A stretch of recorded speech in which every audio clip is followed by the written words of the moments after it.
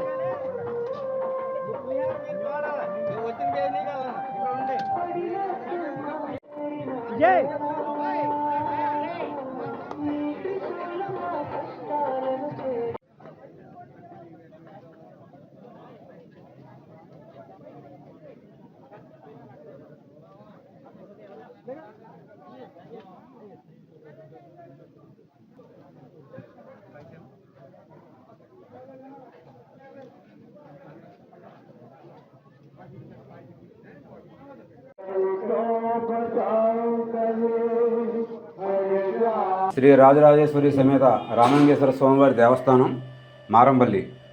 ఈ శివరాత్రి ఉత్సవాలు ఈ 5 రోజుల నుంచి కూడా చాలా అంగరంగ వైభవంగా జరుగుతున్నాయి. ప్రతిరోజు ఒక కార్యక్రమంతో కోలాటం, అలాగే అన్నమాచార్య కీర్తనలు, చలనచిత్రాలతో పాటు ఈ 5 రోజుల నుంచి కూడా వివిధ రకాల భజన కార్యక్రమాలతోటి చాలా అంగరంగ వైభవంగా జరిగినాయి. దీనికి సహకరించిన మా గ్రామ పెద్దలకు, ప్రజలకు, మహిళలకు, అలాగే ముఖ్యంగా మరి మా ఫ్రెండ్ సర్కిల్ వీళ్ళందరూ కూడా ఈ 5 రోజుల పాటు చాలా కష్టపడి ఈ ఆలయాన్ని డెకరేషన్ చేయడం ఏంటి, అలాగే ఈ కార్యక్రమాల్లో పాల్పంచుకుని బాగా సక్సెస్ చేశారు. వాళ్ళందరికీ కూడా కృతజ్ఞతలు తెలుపుకుందామని ఒక వీడియో చెప్తున్నాం మేము. అలాగే మా గ్రామంతో పాటు చుట్టుపక్కల గ్రామాల ప్రజలు సహాయ సహకారాలతోటి ఈరోజు భారీ ఎత్తున అన్న సమారాధన కార్యక్రమం జరిగింది. వాళ్ళందరికీ కూడా కృతజ్ఞతలు తెలియజేసుకుంటున్నాం. ఈ యొక్క అన్న సమారాధనకి ఐటమ్ ఇచ్చిన భక్తులందరికీ కూడా ప్రత్యేక కృతజ్ఞతలు తెలియజేసుకుంటున్నాను. అలాగే ఈ 5 రోజుల నుంచి వివిధ రకాల కార్యక్రమాలు, ఆ కార్యక్రమాలు కూడా కొంతమంది స్పాన్సర్ చేశారు. వాళ్ళకు కూడా దేవస్థానం తరఫున కృతజ్ఞతలు తెలియజేసుకుంటాను. హర హర మహాదేవ శంభో శంకర, హర హర మహాదేవ శంభో శంకర, హర హర మహాదేవ శంభో శంకర. ఏలూరు జిల్లా కలెక్టర్ వెట్రిసెల్వి నగరంలోని ప్రభుత్వ పాఠశాలను సందర్శించి అందరినీ ఆశ్చర్యపరిచారు. కాసేపు ఉపాధ్యాయులుగా మారి విద్యార్థులకు గణితంలోని మెళకువలు నేర్పించారు. వృత్తికి గౌరవం తెచ్చేలా ఉపాధ్యాయుల బోధన ఉండాలని సూచిస్తూ విద్యార్థులతో సరదాగా ముచ్చటించి వారిలో ఉత్సాహాన్ని నింపారు. ఉన్నత పదవిలో ఉన్నప్పటికీ పాఠశాలకు వెళ్లి విద్యార్థులకు పాఠాలు చెప్పడం స్థానికంగా చర్చనీయాంశమైంది.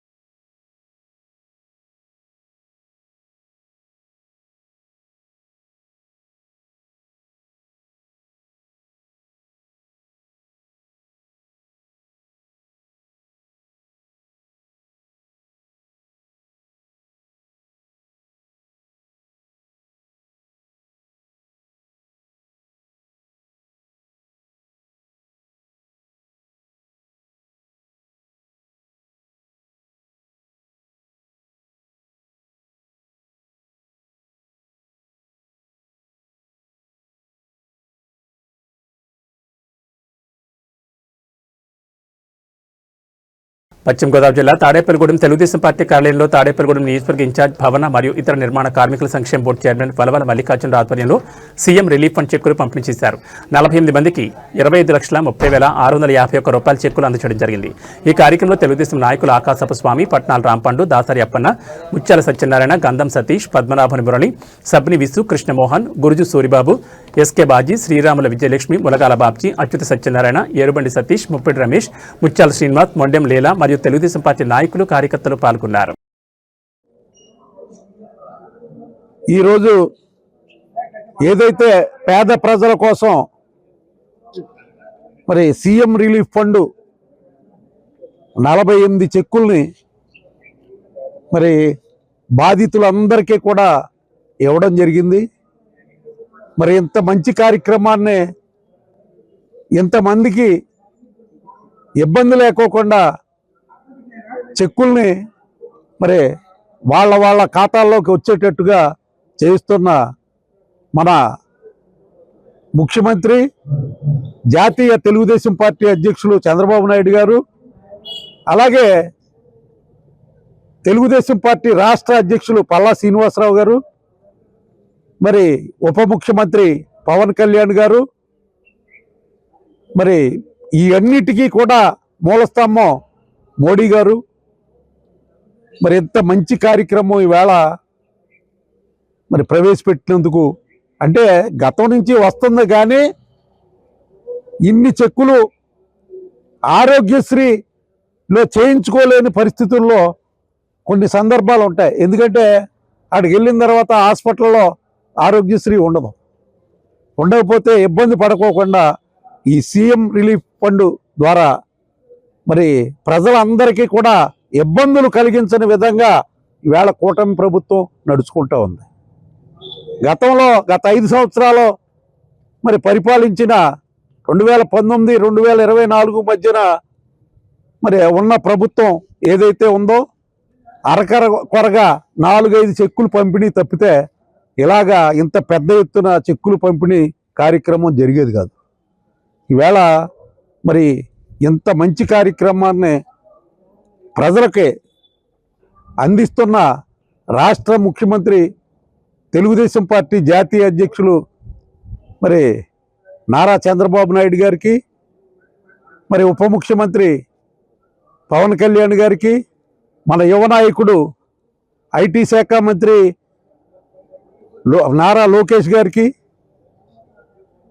ఈ సందర్భంగా హృదయపూర్వక కృతజ్ఞతలు తెలియజేసుకుంటూ, మరి ఇలాంటి మంచి కార్యక్రమాలను, మరిన్ని కార్యక్రమాలని కూటమి ప్రభుత్వం ముందుకు తీసుకెళ్తుందని చెప్పి తెలియజేసుకుంటూ, ఈ కార్యక్రమంలో భాగంగా తెలుగుదేశం పార్టీ తాడేపల్లిగూడెం నియోజకవర్గ శ్రేణులన్నీ కూడా ఈ కార్యక్రమంలో పాలు పంచుకోవడం అందరికీ కూడా శుభసూచకంగా భావిస్తూ, మరి రానున్న రోజుల్లో సంక్షేమం, అభివృద్ధి రెండు కళ్ళలాగా తీసుకెళ్లే పరిస్థితి మన ముఖ్యమంత్రి గారు, ఉప ముఖ్యమంత్రి గారు, అలాగే మన కేడర్ అంతా కూడా ఈ కార్యక్రమాల్లో పాలు పంచుకుని ఏదైతే తాడేపల్లిగూడెం నియోజకవర్గానికి నిర్దేశించిన మన పార్టీ కార్యక్రమాలన్నీ కూడా సక్రమంగా చేసుకెళ్లాలన్న పరిస్థితి మనకి నిన్న జరిగిన మీటింగ్లో కూడా మరి ఏదైతే అనుబంధ సంఘాలు ఉన్నాయో ఆ అనుబంధ సంఘాల నియామకాలని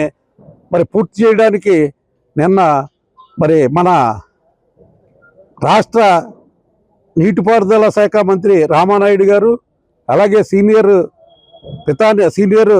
మాజీ మంత్రి పితాని సత్యనారాయణ గారు, అలాగే మన జిల్లా పార్టీ అధ్యక్షులు రామరాజు గారు, మరి మన పోలిట్ బ్యూరో సభ్యులు తోట సీతారామలక్ష్మి గారు, మరి నా సహచరుడు రామరాజు గారు, పొత్తూరు రామరాజు గారు, మేమందరం కూడా కూర్చొని అవ్వడం జరిగింది.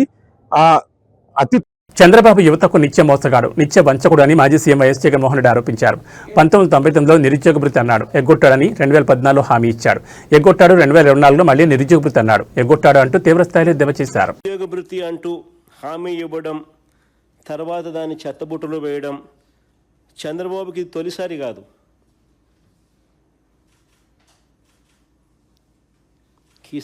He's a habitual offender. తొలిసారి కాదు ఇది, ఇలా మోసం చేయడము, ఈ మాట చెప్పడం. తాను గెలిచిన 1999 ఎన్నికల మేనిఫెస్టో చూసినా ఇది కనిపిస్తుంది. తన 2014 ఎన్నికల మేనిఫెస్టో చూసినా ఇది కనిపిస్తుంది. మళ్ళీ ఇప్పుడు తన 2024 ఇప్పటి మేనిఫెస్టో చూసినా ప్రతిసారి ఈ హామీ చేస్తాడు, ఈ హామీ ఇస్తాడు. ప్రతి ఎన్నికల్లోనూ ప్రతిసారి ఇస్తాడు. ఓట్లు వేయించుకుంటాడు, తర్వాత నిస్సిగ్గుగా ఎగరగొడతాడు. అందుకనే యువతకు చంద్రబాబు నాయుడు గారు నిత్య మోసగాడు, నిత్య వంచకుడు. సరే, సూపర్ 6, సూపర్ 7లో చంద్రబాబు నాయుడు గారు ఇచ్చిన శాసనమండలి సభ్యులు తలసల రఘురాం తండ్రి తలసల చంద్రశేఖర మృతి పట్ల మాజీ అప్సడా వైస్ చైర్మన్ తాడేపల్లిగూడెం నియోజకవర్గ వైఎస్ఆర్సీపీ కోఆర్డినేటర్ వంటి రఘురాంకు సంతాపం వ్యక్తం చేశారు. గొల్లపూడిలోని తలసల రఘురాం నివాసానికి వెళ్లి పరామర్శించి చంద్రశేఖరరావుకు నివాళులర్పించి ఆయన కుటుంబానికి సానుభూతిని తెలిపారు. ఆయన వెంట వైసీపీ నాయకులు ఉన్నారు.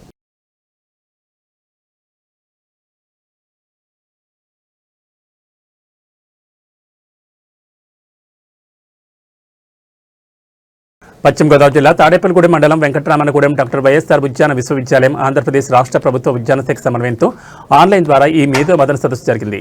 రాష్ట్ర ఉద్యాన శాఖ డైరెక్టర్ డాక్టర్ కె శ్రీనివాసులు, ముఖ్య అతిథిగా వైఎస్ఆర్ ఉద్యాన విశ్వవిద్యాలయం ఉపకులపతి డాక్టర్ కె ధనుంజయరావు, అధ్యక్షులుగా మామిడి సీజన్లో తీసుకోవాల్సిన జాగ్రత్తలు, యాజమాన్య పద్ధతులు సవివరంగా చర్చించారు. మామిడి సాగులో మన దేశం ప్రపంచంలోనే మొదటి స్థానంలో, ఉత్పత్తిలో 2వ స్థానంలో ఉందని, దేశంలో మన రాష్ట్రం మామిడి సాగులో 2వ స్థానంలో ఉన్నప్పటికీ ఉత్పత్తిలో మన రాష్ట్రం దేశంలో మొదటి స్థానంలో ఉందని తెలిపారు. ఆంధ్రప్రదేశ్లో ఏలూరు జిల్లా, ఎన్టీఆర్ జిల్లా, చిత్తూరు జిల్లా, విజయనగరం జిల్లా, కృష్ణా, కాకినాడ, అన్నమయ్య, తిరుపతి, అనంతపురం మరియు కడప జిల్లాలో ఎక్కువ సాగు చేస్తున్నారన్నారు. మన రాష్ట్రం నుంచి బంగనపల్లి రకం పండ్లను మరియు తోతాపూర్ గుజ్జును వివిధ దేశాలకు ఎగుమతి చేస్తున్నారని తెలిపారు. ఈ కార్యక్రమంలో ప్రస్తుత సీజన్లో మామిడి నుంచి మంచి పూత మీద ఉన్నట్లు ఉద్యానవన శాఖ అధికారులు తెలిపారు. కానీ తేనె మంచి వల్ల నల్ల తామర, బూడిద తెగులు వంటివి మామిడి పంటను పూత దశలోనే తీవ్ర నష్టం కలుగు చేస్తున్నాయని, అనుకూలమైన వాతావరణ పరిస్థితులు, ముఖ్యంగా రాత్రి చలి వాతావరణం, పొగమంచు, పగటి అధిక ఉష్ణోగ్రతలు ఈ తెగులు రావడానికి ప్రధాన కారణాలన్నారు. ఆయా జిల్లాల్లోని ఉద్యాన శాఖ అధికారులు డాక్టర్ వైఎస్ఆర్ ఉద్యాన విశ్వవిద్యాలయం శాస్త్రవేత్తల బృందంతో సమన్వయం చేసుకుంటూ రైతులకు క్షేత్రస్థాయిలో అవగాహన కల్పించాలని ఉద్యాన శాఖను ఆదేశించారు. ఈ సదస్సులో పరిశోధన సంచాలకులు డాక్టర్ జి రామానందం, విస్తరణ సంచాలకులు డాక్టర్ సిహెచ్ రూత్, సీనియర్ శాస్త్రవేత్తలు doctor D Venkataswamy, doctor T Padmalatha, doctor B Govindarajulu పాల్గొన్నారు. స్పందన ఫౌండేషన్ తాడేపల్లిగూడెం వారి ఆధ్వర్యంలో హిందూ హృదయ సామ్రాట్ ఛత్రపతి శివాజీ మహారాజ్ జయంతి సందర్భంగా స్థానిక తాడేపల్లిగూడెం హౌసింగ్ బోర్డు కాలనీ వద్ద గల ఆంజనేయ స్వామి ఆలయం వద్ద నుంచి శోభాయాత్ర నిర్వహించారు. ఈ కార్యక్రమానికి ముఖ్య అతిథులుగా NIT dean GRK Sastry, Navodaya friends union అధ్యక్షులు ఎగ్గిన నాగబాబు, ఆర్ఎస్ఎస్ నాయకులు అశోక్ కుమార్ తదితరులు ముఖ్య అతిథిగా పాల్గొన్నారు. ఈ కార్యక్రమానికి ముఖ్య అతిథులు జెండా ఊపి బైక్ ర్యాలీని ప్రారంభించారు. ఈ సందర్భంగా వారు మాట్లాడుతూ శివాజీ సుమారు 400 సంవత్సరాల క్రితమే హిందూ ధర్మ పరిరక్షణ కోసం ప్రాణాలు సైతం పణంగా పెట్టి హిందూ ధర్మాన్ని కాపాడిన గొప్ప వీరుడని అన్నారు. నేటి యువతరానికి ఛత్రపతి ఒక ఆదర్శప్రాయుడని కొనియాడారు. స్పందన ఫౌండేషన్ చైర్మన్ భోగిరెడ్డి ఆదిలక్ష్మి మాట్లాడుతూ భారతీయులంతా ఛత్రపతి శివాజీని ఆదర్శంగా తీసుకుని సనాతన ధర్మ పరిరక్షణ కోసం ముందుకు రావాలని, మాతృమూర్తులందరూ శివాజీ తల్లి జిజియాబాయిని ఆదర్శంగా తీసుకుని తమ పిల్లలను సనాతన ధర్మ పరిరక్షణ కోసం సమాజానికి అందించాలని పిలుపునిచ్చారు. హౌసింగ్ బోర్డు వద్ద ప్రారంభమైన బైక్ ర్యాలీ తాడేపల్లిగూడెం పట్టణ ప్రధాన రహదారిలో సాగింది. సుమారు 8 కిలోమీటర్ల మేర సాగిన ఈ యాత్ర ఆద్యంతం యువకులు హుషారుగా పాల్గొన్నారు. ఈ కార్యక్రమంలో స్పందన ఫౌండేషన్ సభ్యులు, ఏబీవీపీ నాయకులు, బీజేపీ నాయకులు మరియు పట్టణ పుర ప్రముఖులు పాల్గొన్నారు.